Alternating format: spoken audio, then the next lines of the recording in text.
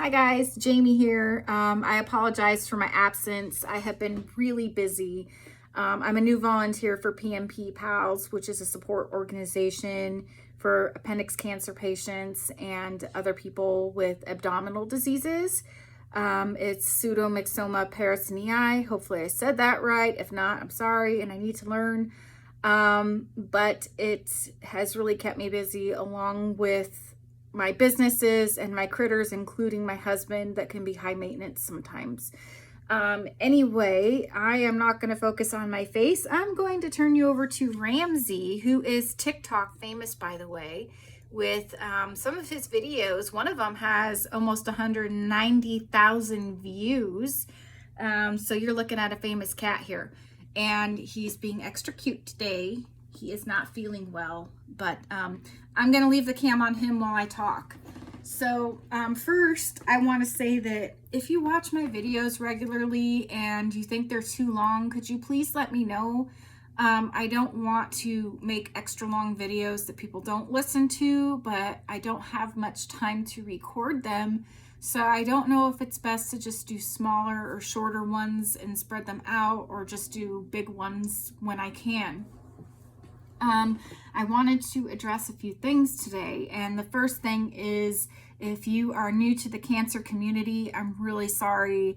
That really fucking sucks. There's no other way to put it, but you are absolutely not alone, and you are going to want support groups. And whatever cancer you have, I recommend finding a specialist in your cancer and support group. Or groups based on your cancer. But I'm going to talk mainly about appendix cancer because that's what I have. And if you are an appendix cancer patient, it is extremely important for you to find the best. You want the absolute best specialist. What is a specialist? A specialist is a surgical oncologist appendix cancer doctor. They specialize in appendix cancer. They see it all the time. They know how it behaves. They are professionals in CRS and HIPEC, which is the cytoreductive surgery with heated chemotherapy in the abdomen. That is scary at first, but it's the best course of treatment. And you want a specialist that doesn't have an ego, that is willing to give you time to search for other opinions. A good specialist will encourage you to seek other opinions. They won't be pushing you to have surgery right away. And they will not be somebody that has treated mainly colon cancer patients or breast cancer patients. You do not want somebody that was recommended to you by a friend who had breast cancer that's now cured. It just because a surgical oncologist has great reviews does not mean they are the right surgeon for you. Please make sure that you educate yourself before you have surgeries, because the fewer surgeries, the better. Each surgery causes scar tissue that can cause other problems. The fewer surgeries, the better. You want the best. And if you are in America, though we complain about our insurance and our networks and everything, you can absolutely get out of network to get to the surgeon that you want to go to. You may have to pay for consults, but once you have chosen your specialist, you can absolutely fight and appeal your insurance company to get where you absolutely have to go for treatment. You do not have to go in network. Now, if you need help with that, let me know. I can send you some resources. Anyway, it's not just about the surgeon themselves. It is about the care team. It is about the nurses and the staff that would be taking care of you, the hospital, how much experience they have with patients like you, and the follow-up care. So many times people go to a surgeon because the surgeon was nice or beautiful or handsome, and they just don't get the care that they need. And it's just really important to find the most experienced surgeon with this, and the one that you feel is the best for you, the one that has the most hope for you, the one that's willing to fight for your life alongside with you. A lot of people are going to non-experienced so-called specialists because they are in network, and then they get absolutely no aftercare. A lot of things can happen during the surgery, not to scare you, but you really need to make sure that when they're operating, they know what to do. If you're a woman, for example, need a total hysterectomy during the surgery, they need to know how to handle that. If there are other complications, if you might need TPN, you really just need a very experienced team.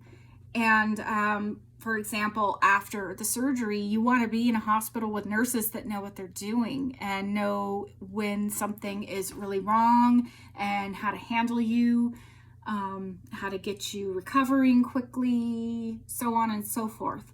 And then you want a specialist that is willing to communicate happily with your primary doctor and your local medical oncologist. As an appendix cancer patient, most of us have to travel to get to our specialists, and you will probably want and need a local medical oncologist managing your labs, imaging, and possibly chemotherapy.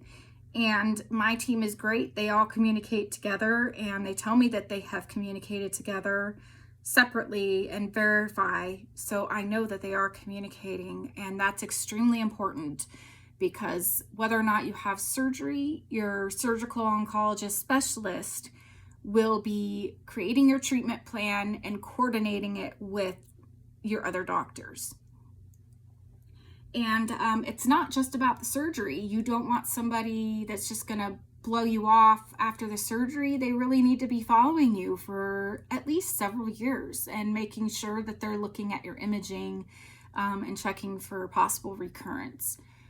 As for the other things I wanted to talk about, I already feel like my video is getting really long, but I wanted to address something that's happens a lot, and that is a few people recently have said that their family is sick of hearing about it. They don't want them to talk about what they've been through anymore. And some of these people are living with cancer, and some are living with no evidence of disease. And that can be very hurtful. The fact of the matter is that in the beginning, everybody swarms you and wants to be there for you, and you get overwhelmed and overstimulated. And if you are not a patient and you've been asked to give the patient space, please respect it, but don't give up on them. Check in with them occasionally and just say, I'm thinking of you, praying for you, or whatever. Don't pressure them to call you or text you, because you need to know what's going on with them. Just be there for them and let them know you're thinking of them. That really means a lot. But for the patients, oftentimes we kind of feel abandoned, and I myself feel that way with most people in my life, even people that I know that love me. Some people that I thought would be there for me for everything, I haven't spoken to in months. And it's kind of heart-wrenching, because I know that I'm living with disease, and I may not be here. I don't know how long I'll be here. I plan on being here for a long time, but nobody really knows. And the fact that these people don't even want to reply to a text message to me is very hurtful. I thought these people I could always count on, and I can't. I really just have myself, because everybody is sick of dealing with it and hearing about it. So I can't talk to these people anymore. I have a local, I call her a cancer sister with the same cancer, and we have the same surgeon. And it's just amazing. We have this great bond. She really is like a sister. We hang out, and it's just natural, and we have the same interests, and it's fun. And we can talk about anything, and we completely understand each other. And so I encourage you to find support groups. And if you can find people locally, especially, oh my gosh, reach out to them and meet up with them. It's just an amazing relationship that you could have with people. I encourage you that when you're ready to give back to the community, if people have helped you, give back in your own ways, at your capacity, in your own capacity. How can you help give back? And, you know, the best way to give back is to help educate new patients and be there for patients too. So I think that's all that I wanted to talk about today. I know there are other things coming up, but I'm not sure. Please do give me your feedback and let me know if this is too long. I will do another video when time permits, and I hope you're all doing well. Bye.